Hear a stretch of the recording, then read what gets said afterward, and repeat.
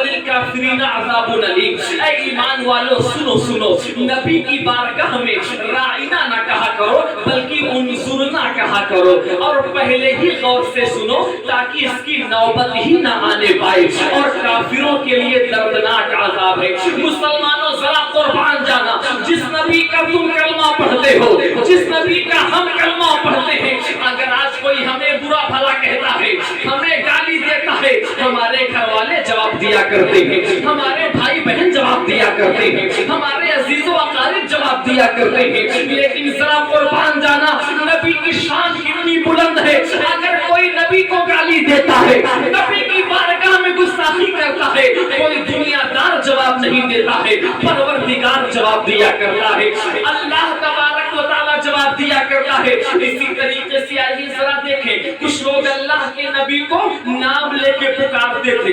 جس طریقے سے آپس میں ایک دوسرے کو بلاتے ہیں، جس طریقے سے آپس میں ایک دوسرے کو پکارتے ہیں، اسی طریقے سے کچھ لوگ اللہ کے نبی کو بھی نام لے کے بلاتے تھے، اللہ کے نبی کو نام لے کے پکارتے تھے، اللہ کے پیغمبر کی شان میں گستاخی ہوا کرتی تھی، اللہ کے نبی کی شان میں بے ادبی ہوا کرتی تھی۔ اللہ کو یہ گوارا نہیں ہوتا ہے، ساری کائنات کو پیدا کرنے والے خالق و مالک کو گوارا نہیں ہوتا ہے، اللہ قرآن کریم نازل کر دیتا ہے، آیت کریمہ نازل ہو جاتی ہے، اللہ فرماتا ہے لا تجعلوا دعاء الرسول بینکم کدعاء بعضکم بعضا۔ اے ایمان والو سنو سنو، نبی کو اس طرح نہ بلاؤ جیسے آپس میں ایک دوسرے کو بلاتے ہو، جس طریقے سے ایک دوسرے کو پکارا کرتے ہو، اس طریقے سے نبی کو نہ بلایا کرو۔ مفسرین فرماتے ہیں اس کا مطلب یہ ہے یعنی نبی کو نام لے کے نہ بلایا کرو، نبی کو نام لے کے نہ پکارا کرو، بلکہ جب بھی بلانا ہو یا نبی اللہ کہا کرو، یا رسول اللہ کہا کرو، یا حبیب اللہ کہا کرو۔ مسلمانوں میں تم سے کہنا چاہتا ہوں اپنی قسمت پہ جتنا ناز کر سکتے ہو کر لو، تم بڑے خوش نصیب ہو، اس لیے کہ تم جس نبی کا کلمہ پڑھتے ہو، جس نبی کا ہم کلمہ پڑھتے ہیں، اس کی شان اتنی بلند ہے کہ اگر کوئی میرے نبی سے پہلے قربانی کرتا ہے اللہ کو گوارا نہیں ہوتا، نبی سے پہلے روزہ رکھتا ہے اللہ کو گوارا نہیں ہوتا، نبی کو نام لے کے پکارتا ہے اللہ کو گوارا نہیں ہوتا ہے، نبی کی بارگاہ میں بلند آواز سے بات کرتا ہے اللہ کو گوارا نہیں ہوتا ہے۔ کبھی تو بریلی کی سرزمین سے ہم سب کے حضرت اعلیٰ حضرت امام احمد رضا خان فاضل بریلوی پکار اٹھے، سرور کہوں کی مالک و مولا کہوں تجھے، باغ خلیل کا گلے زیبا کہوں تجھے، تیرے تو وصف بے تناہی سے ہے بری، حیرہ ہوں میرے شاہ میں کیا کیا کہوں تجھے، کہہ لے گی سب کچھ ان کے سماخا کی خاموشی، چپ ہو رہا یہ کہہ کے میں کیا کیا کہوں تجھے، آخر رضا نے ختم سخن اس پہ کر دیا، خالق کا بندہ خلق کا آقا کہوں تجھے، خالق کا بندہ خلق کا آقا کہوں تجھے۔ اللہ فرماتا ہے لوگوں میرے نبی کو نام لے کے نہ بلاؤ۔ یہ علماء کرام بیٹھے آپ ان سے پوچھئے، آپ کو یہ بتائیں گے نبی کی شان کتنی بلند ہے۔ اور میں بیان کروں مسلمانوں، اللہ نے تو یہاں تک فرمایا اے لوگوں جو میرے محبوب کا وفادار ہوگا وہی میرا وفادار ہوگا، یعنی جو میرے محبوب کا ہوگا وہی میرا ہوگا، جو میرے محبوب کا نہیں ہوگا وہ میرا بھی نہیں ہوگا، یعنی جو میرے محبوب کا غدار ہوگا وہ میرا بھی غدار ہوگا، جو میرے محبوب کا وفادار ہوگا وہ میرا بھی وفادار ہوگا۔ اس سے بڑی کیا بات ہو سکتی ہے مسلمانوں؟ اللہ نے واضح لفظوں میں فرمایا، صریح لفظوں میں فرمایا اے لوگوں اگر میرا قرب حاصل کرنا چاہتے ہو تو میرے نبی کی فرما برداری کرو، اللہ کے نبی کی پیروی کرو، نبی کی فرما برداری کرو، اس لیے کہ اگر تم نبی کی فرما برداری نہیں کرو گے اور اللہ سے محبت کا دعویٰ کرو گے، تمہاری محبت تمہارے منہ پہ مار دی جائے گی، تمہاری محبت کسی کام کی نہیں ہے۔ اللہ قرآن میں فرماتا ہے، میں یوں ہی نہیں کہہ رہا ہوں، اٹھاؤ قرآن سورہ آل عمران کے اندر اللہ فرماتا ہے، قل ان کنتم تحبون اللہ فاتبعونی یحببکم اللہ ویغفر لکم ذنوبکم واللہ غفور رحیم۔ اے لوگوں سنو سنو، اگر تم اللہ سے محبت کا دعویٰ کرتے ہو تو ہر دعویٰ کی دلیل ہوا کرتی ہے، مجھ سے محبت کے دعویٰ کی دلیل یہ ہے کہ میرے نبی کی پیروی کرو، میرے نبی کی فرما برداری کرو، اس لیے کہ نبی کی پیروی نہیں کرو گے تو میرا قرب حاصل نہیں ہوگا۔ اللہ کا قرب حاصل کرنا چاہتے ہو، اللہ کو دوست بنانا چاہتے ہو تو نبی کی فرما برداری کرنا پڑے گا، نبی کی پیروی کرنا پڑے گا۔ اگر تم نبی کی پیروی کرو گے اللہ تم کو اپنا محبوب بندہ بنا لے گا، اللہ تم کو دوست بنا لے گا، انعام یہ دیا جائے گا، یغفر لکم ذنوبکم، اللہ تمہارے گناہوں کو بھی معاف کر دے گا، تمہاری خطاؤں کو بھی بخش دیا جائے گا۔ اللہ کا قرب حاصل کرنا، مسلمانوں آپ بڑے خوش نصیب ہیں، اللہ کا قرب حاصل کرنا ہے تو نبی کی فرما برداری، اس سے بڑی کیا بات ہوگی۔ اللہ نے تو دوسرے مقام پہ یہاں تک فرمایا، اے لوگوں میرا نبی جس کام کا تمہیں حکم دے اسے کرنا پڑے گا، اور جس کام سے میرا نبی منع کر دے اس سے باز رہنا پڑے گا۔ اللہ فرماتا ہے میرے بندو، میرا نبی تمہیں جس کام کا حکم دے کرنا پڑے گا۔ اگر میرے نبی نے کسی کام کا حکم دیا اور تم نے نہیں کیا تو بھی تم گنہگار ہوگے، جہنم میں جلو گے، سزا کے مستحق ہوگے۔ اور میرے نبی نے کسی کام سے روک دیا، میرے نبی نے کسی کام سے رکنے کا حکم دیا اور تم نہیں رکے تو بھی گنہگار ہوگے۔ اٹھاؤ قرآن، اللہ فرماتا ہے ما آتاکم الرسول فخذوہ وما نہاکم عنہ فانتہوا۔ اے لوگوں سنو سنو، میرا نبی تمہیں جس کام کا حکم دے اسے کرنا پڑے گا، جس کام سے میرا نبی منع کر دے اس سے باز رہنا پڑے گا۔ مسلمان کی شان تو یہ ہونا چاہیے کہ مسلمان نبی کے فرمان پہ عمل کرے، اللہ کے فرمان پہ عمل کرے، قرآن پہ عمل کرے، اور مسلمان یہ اعلان کر دے کیا نظر کریں آقا، کیا چیز ہماری ہے، یہ دل بھی تمہارا ہے، یہ جان بھی تمہاری ہے۔ اللہ کے نبی کے فرمان پر کما حقہ عمل کرنا ہوگا۔ آج ہم اپنے دامن میں جھانک کر دیکھیں مسلمانوں،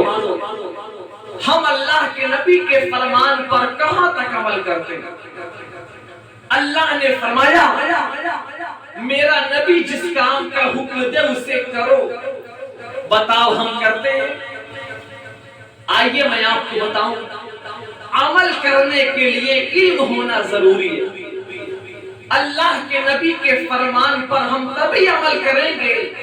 جب ہمیں اللہ کے نبی کا فرمان معلوم ہوگا، اور جب اللہ کے نبی کا فرمان ہی ہم کو معلوم نہیں ہوگا تو عمل کیسے کریں گے؟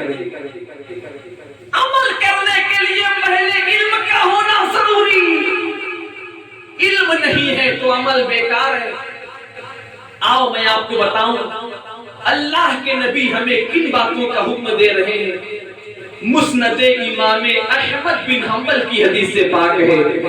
حضرت معاذ بن جبل رضی اللہ تعالیٰ عنہ سے مروی ہے، اللہ کے نبی فرماتے ہیں یا معاذ بن جبل لا تشرک باللہ شیئا وَإِنْ قُتِلْتَ أَوْ حُرِقْتَ۔ اے معاذ بن جبل سنو سنو، کبھی بھی اللہ کے ساتھ شرک نہ کرنا، کبھی بھی اللہ کے ساتھ کسی کو شریک نہ ٹھہرانا۔ اگرچہ تمہیں قتل کر دیا جائے، اگرچہ تمہیں آگ میں جلا دیا جائے، یعنی قتل کر دیا جائے تو قتل ہو جانا گوارا کر لینا، آگ میں جلا دیا جائے تو جل جانا گوارا کر لینا، مگر کبھی بھی خدا کے ساتھ شرک نہ کرنا، اللہ کے ساتھ کسی کو شریک نہ ٹھہرانا۔ مسلمانوں آپ اندازہ لگائیں کہ اللہ کے ساتھ شرک کرنا، اللہ کے ساتھ کسی کو شریک ٹھہرانا، یہ کتنا بڑا گناہ ہے۔ اللہ فرماتا ہے ان الشرک لظلم عظیم، بے شک شرک بہت بڑا گناہ ہے۔ یہ علماء کرام بیٹھے آپ ان سے پوچھیں، یہ قرآن پڑھتے ہیں پڑھاتے ہیں، اللہ فرماتا ہے شرک بہت بڑا گناہ ہے،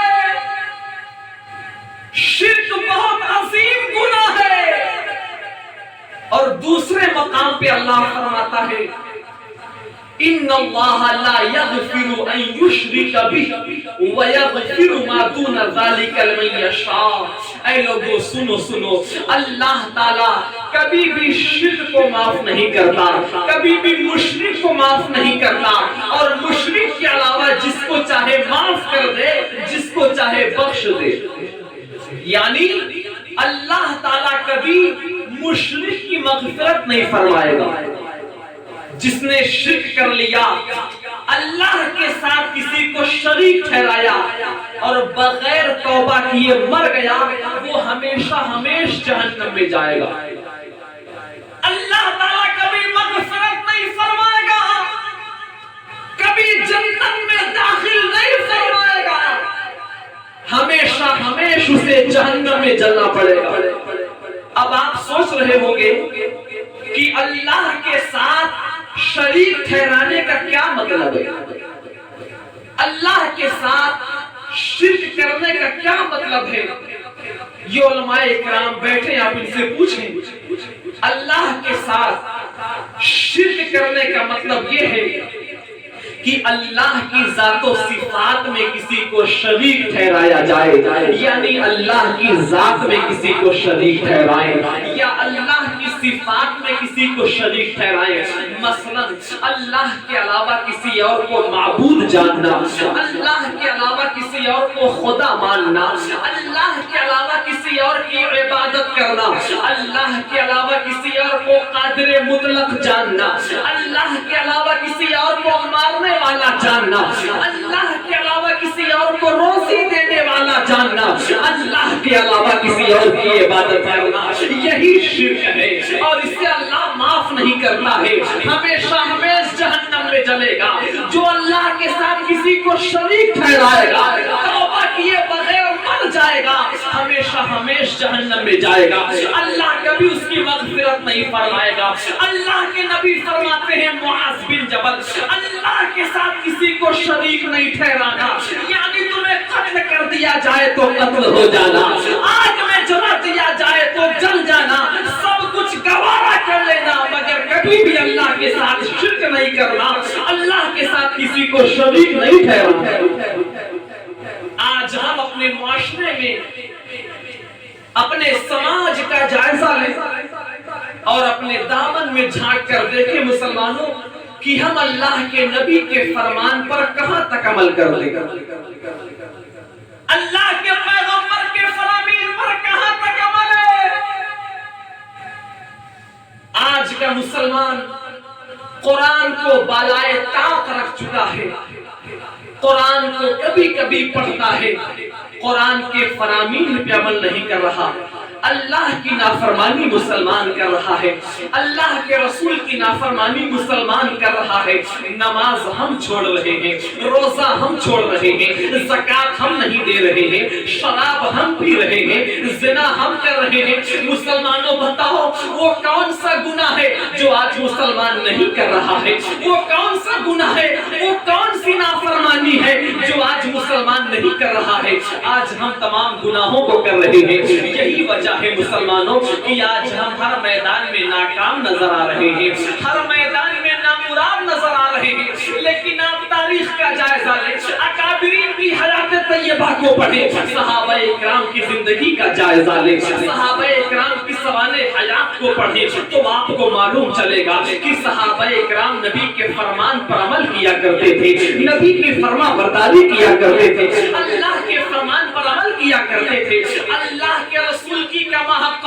فرما برداری کرتے تھے۔ یہی وجہ تھی کہ صحابہ اکرام جس میدان میں قدم رکھ دیا کرتے تھے، اس میدان کو فتح کر لیا کرتے تھے۔ دنیا کی کوئی بھی طاقت ان کو زیر نہیں کر سکتی تھی، دنیا کی کوئی بھی طاقت ان کو ہرا نہیں سکتی تھی، لیکن آج ہم نے اللہ اور رسول کے فرامین پر عمل کرنا چھوڑ دیا ہے۔ یہی وجہ ہے کہ دنیا کی ہر بڑی طاقت، دنیا کی ہر چھوٹی بڑی طاقت مسلمانوں کو ڈرانے لگی ہے، مسلمانوں کو آنکھ دکھا رہی ہے۔ مسلمانوں میں تم سے کہنا چاہتا ہوں، اگر تم چاہتے ہو وہی وقت واپس آ جائے، اگر تم چاہتے ہو دوبارہ وہی وقت واپس آ جائے، تو اللہ کے نبی کے فرمان پہ عمل کرو، نبی کے فرمان پہ عمل کرو، شریعت پہ عمل کرو۔ اقبال نے کہا تھا آج بھی ہو جو براہیم سعیمہ پیدا، آج بھی ہو جو براہیم سعیمہ پیدا، آگ کر سکتی ہے اندازے گلستاں پیدا۔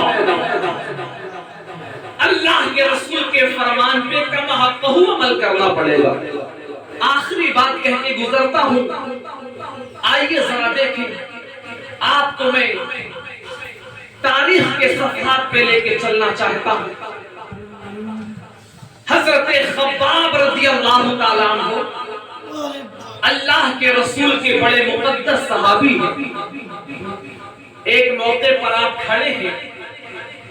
آپ کی پیٹھ پہ کوئی کپڑا نہیں ہے، ننگی پیٹھ کھڑے ہیں۔ حضرت خباب رضی اللہ تعالیٰ عنہ ننگی پیٹھ کھڑے ہیں، آپ کی پیٹھ پہ کوئی کپڑا نہیں۔ ادھر سے حضرت فاروق اعظم رضی اللہ تعالیٰ عنہ کا گزر ہوتا ہے۔ کون فاروق اعظم؟ وہی فاروق اعظم جن کو دیکھ کر شیطان بھی راستہ تبدیل کر دیا کرتا ہے۔ کون فاروق اعظم؟ وہی فاروق اعظم جن کی موافقت میں قرآن نازل ہوتا ہے۔ فاروق اعظم کی مرضی کے مطابق اللہ نے قرآن نازل فرمایا، جن کے دور حکومت میں اسلام بڑی تیزی سے پھیلا۔ حضرت فاروق اعظم رضی اللہ تعالیٰ عنہ کا گزر ہوتا ہے۔ آپ نے دیکھا کہ خباب کھڑے ہیں،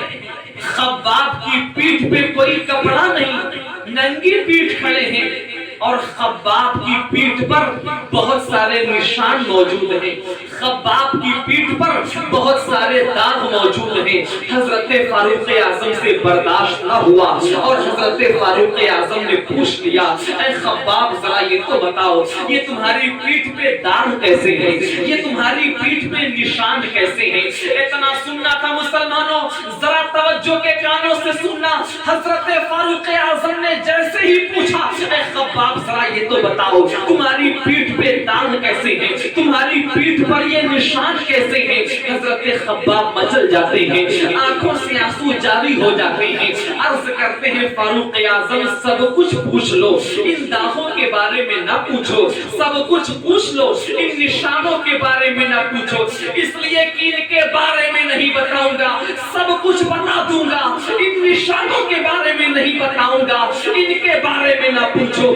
حضرت فاروق اعظم بھی ضد کرنے لگتے ہیں، اصرار پہ اصرار ہونے لگتا ہے، خباب تمہیں بتانا پڑے گا، بتاؤ کیسے نہیں بتاؤ گے؟ خباب بتاؤ تمہاری پیٹھ پہ یہ نشان کیسے ہیں، تمہاری پیٹھ پہ یہ داغ کیسے ہیں؟ جب ضد پر ضد ہونے لگتی ہے، اصرار پہ اصرار ہونے لگتا ہے، حضرت خباب مجبور ہو جاتے ہیں، عرض کرتے ہیں فاروق اعظم آپ نے پوچھ لیا ہے تو بتا دیتا ہوں، سنو سنو، ابھی شروع کا زمانہ تھا، زیادہ لوگوں نے کلمہ نہیں پڑھا تھا، زیادہ لوگ مسلمان نہیں ہوئے تھے۔ اے فاروق اعظم ابھی تم نے بھی کلمہ نہیں پڑھا تھا، ابھی تم بھی مسلمان نہیں ہوئے تھے، شروع کا زمانہ تھا، اللہ کے نبی نے اسلام کے پیغام کو عام کر دیا تھا، اسلام کی دعوت کو عام کر دیا تھا، ہم جیسے غریب لوگوں نے نبی کا کلمہ پڑھ لیا تھا، مجھ جیسے غریب لوگوں نے نبی کا دامن تھام لیا تھا۔ جب ظالموں کو معلوم چلتا ہے، جب کافروں کو معلوم چلتا ہے کہ میں نے نبی کا کلمہ پڑھ لیا ہے، تو ظالموں نے مجھے پکڑا اور پکڑنے کے بعد بہت مارا پیٹا، اور مارنے پیٹنے کے بعد میری نگاہوں کے سامنے لکڑیاں جمع کی جاتی ہیں۔ جب لکڑیاں جمع ہو جاتی ہیں، ظالموں نے لکڑیوں میں آگ لگا دیا، جب آگ بھڑکنے لگتی ہے، آگ اپنے شباب پہ آ جاتی ہے، آگ کے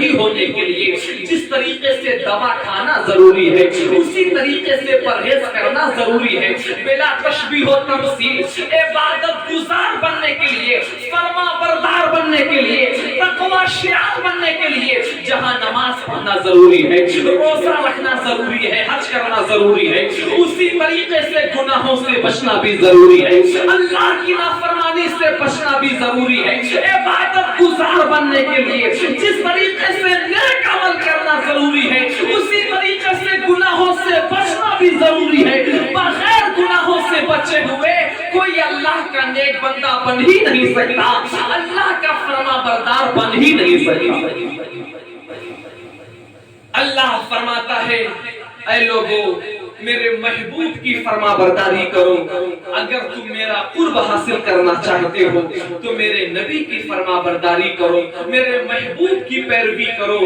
میرے محبوب کی پیروی کرو گے تم کو انعام یہ دیا جائے گا،